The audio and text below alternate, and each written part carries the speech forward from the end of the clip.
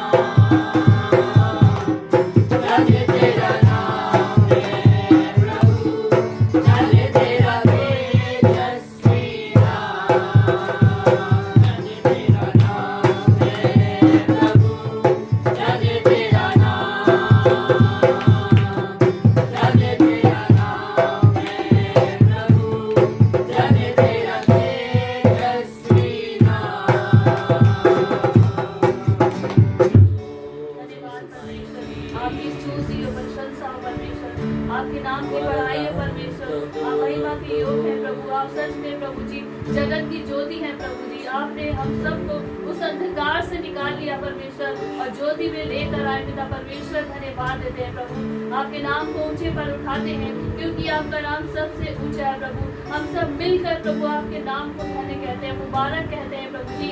हम इस योग्य नहीं थे कि प्रभु आपके चरणों की चौकी तक आए, लेकिन परमेश्वर आपने इस योग्य बना दिया प्रभु जी। आपने ज्योति की संतान प्रभु जी कहा प्रभु, हम आपको धन्यवाद देते हैं प्रभु जी। आज हम प्रभु जी आशा रखते हैं प्रभु, विश्वास करते हैं प्रभु, हमारे पास एक आशा है, भरोसा है प्रभु। हाँ सच में परमेश्वर हम आपको धन्यवाद देते हैं। आज इस परिस्थितियों में भी परमेश्वर आप हमारा हाथ थाम कर अगुवाई करते हैं और कहते हैं मत डर, मैं तेरे साथ हूँ। हाँ परमेश्वर आप हमारे साथ है परमेश्वर पिता, आपको धन्यवाद देते हैं। हम आपके नाम को ऊंचे पर उठाते हैं क्योंकि आपका नाम सबसे ऊंचा है।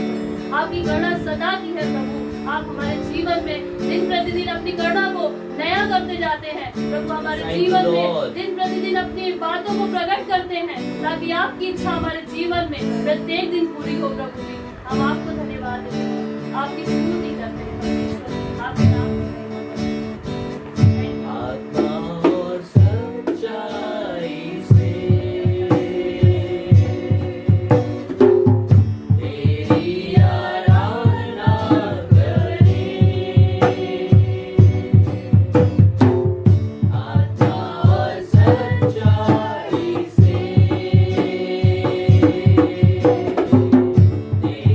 आराधना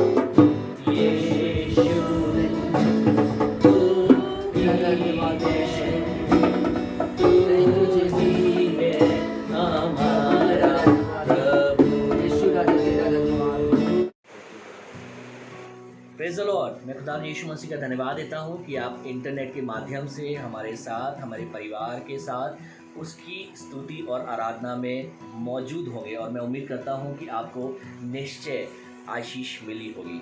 मत्ती उसका 17वां अध्याय जब मैं पढ़ रहा था, खुदा यीशु मसीह ने मेरा ध्यान एक पद की ओर आकर्षित किया जो मैं आपकी और अपनी आत्मिक उन्नति के लिए, हिम्मत अफजाई के लिए आपसे बात और चर्चा करना मांगता हूँ।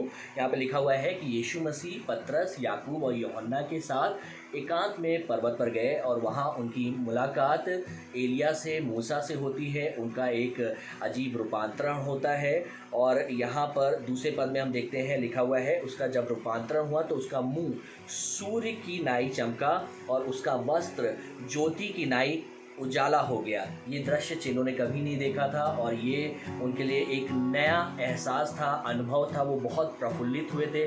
उसमें से सारे चेले तो वहाँ से जाना ही नहीं मांग रहे थे। उन्होंने कहा था कि हम एक एक मंडप यहाँ पर लगाते हैं और यहीं पे ठहर जाते हैं। ये बात की जब चर्चा कर रहे थे, 17 उसके 5वें पद में लिखा हुआ है, जब ये सब चर्चा हो रही थी, उजले बादल ने उन्हें छा लिया और देखो उस बादल में से ये शब्द निकला कि ये मेरा पुत्र है जिससे मैं प्रसन्न हूँ, इसकी सुनो। मैं सोच रहा था कि इनके आनंद में और इजाफा होगा, जो ये आनंद और सेलिब्रेट कर रहे थे, वहाँ रुकने के लिए मंडप बना रहे थे, लेकिन यहाँ पे उनके आनंद की इजाफा होने के विपरीत एक काम हुआ। और 6ठे पद में हम देखते हैं लिखा हुआ है, चेले ये सुनकर मुंह के बल गिर गए और अत्यंत डर गए। कि डर वाली चीज़ मुझे समझ में नहीं आई, क्योंकि परमेश्वर ने इनसे पहले कई लोगों से बातचीत किया है और ये वाली चीज़ उनके जीवन में नहीं देखने को मिलती है। हम इससे पहले देखते हैं परमेश्वर पिता यशायाह से बात करते हैं, दानियल से बात करते हैं, आदम और हवा से बात करते हैं, और वो अपनी सारी बातों को परमेश्वर के सामने रखते थे, शेयर करते थे। परमेश्वर उनसे बातचीत करता था। लेकिन क्या बात है कि चेले यीशु मसीह के साथ हैं, चेले यीशु मसीह के सब चीज़ों को देख रहे हैं, उसको नया अनुभव कर रहे हैं, लेकिन बावजूद उससे उसके सामने जब ये बातें हुई वो डर गए। वो लिखा हुआ है ना सिर्फ डर गए, लेकिन वो अत्यंत डर गए। मैं सोचने लगा कि प्रभु ऐसा क्यों है? एक बेटा अगर पिता के साथ वफादारी से खड़ा है, एक बेटा अगर अपने बाप की आज्ञा में खरा उतर रहा है, तो बेटे को तो पिता से डरने की ज़रूरत ही नहीं है। बाप का प्यार तो और पिता बच्चों के लिए बढ़ जाता है। लेकिन हाँ, अगर एक बच्चा, एक बेटा अपने पिता के विरोध में बात करता है, विरोध में काम करता है, जो उसे अच्छा नहीं लगता है वो काम करता है, तो ज़रूर है उस पुत्र को, उस बेटों को उसके सामने आने का हियाव नहीं होगा, क्योंकि उसको पता है कि पिता को सब कुछ मालूम है और ये मेरे लिए डर का कारण बन जाएगा। जी हाँ, आप सही समझ रहे हैं। अगर हमारा नेचर पाप की प्रवृत्ति का है, चाहे वो मैं हूँ, चाहे कोई भी हो, उसको पिता के साथ संबंध जोड़ने में थोड़ी सी हिम्मत जुटानी पड़ेगी, थोड़ा सा उसके समीप आने में अपने आप को झंझोड़ना पड़ेगा। उसके शब्द उसका साथ नहीं देंगे, उसके पाँव उसको आगे नहीं ले जाना मांगेंगे, क्योंकि उसको मालूम है कि यहाँ पर कुछ अभी भी अशुद्धियाँ हैं, यहाँ पर कुछ अभी भी खराबी है। जब हम पिता के सामने जाएंगे, उसके साथ संगति रखेंगे, तो चीज़ें हमें डरा देंगी। यही तो चेलों के साथ हो रहा था। जब वो यीशु मसीह को मिरेकल करता हुआ देखते थे, वो बहुत खुश हो जाते थे, लेकिन उसके बाद वो ऐसे सवाल पूछते थे कि यीशु मसीह को उनको अल्प विश्वासी कहना पड़ता था। यीशु मसीह को उनको फिर से इंकरेज करना पड़ता था। यीशु मसीह को फिर से उन्हें नया चमत्कार दिखाना पड़ता था। यीशु मसीह को उनको बताना पड़ता था कि मनुष्य का पुत्र इसलिए नहीं आया है कि लोग उसको मिरेकल वर्कर कह के जाने। मनुष्य का पुत्र इसलिए नहीं आया है कि लोग उसकी प्रशंसा करें, लेकिन मनुष्य का पुत्र खोए हुए को ढूंढने आया है। मनुष्य का पुत्र प्रशंसा नहीं, लेकिन समर्पण के लिए आया है। और यही चेलों के जीवन में कमी थी कि उसके साथ रहते हुए भी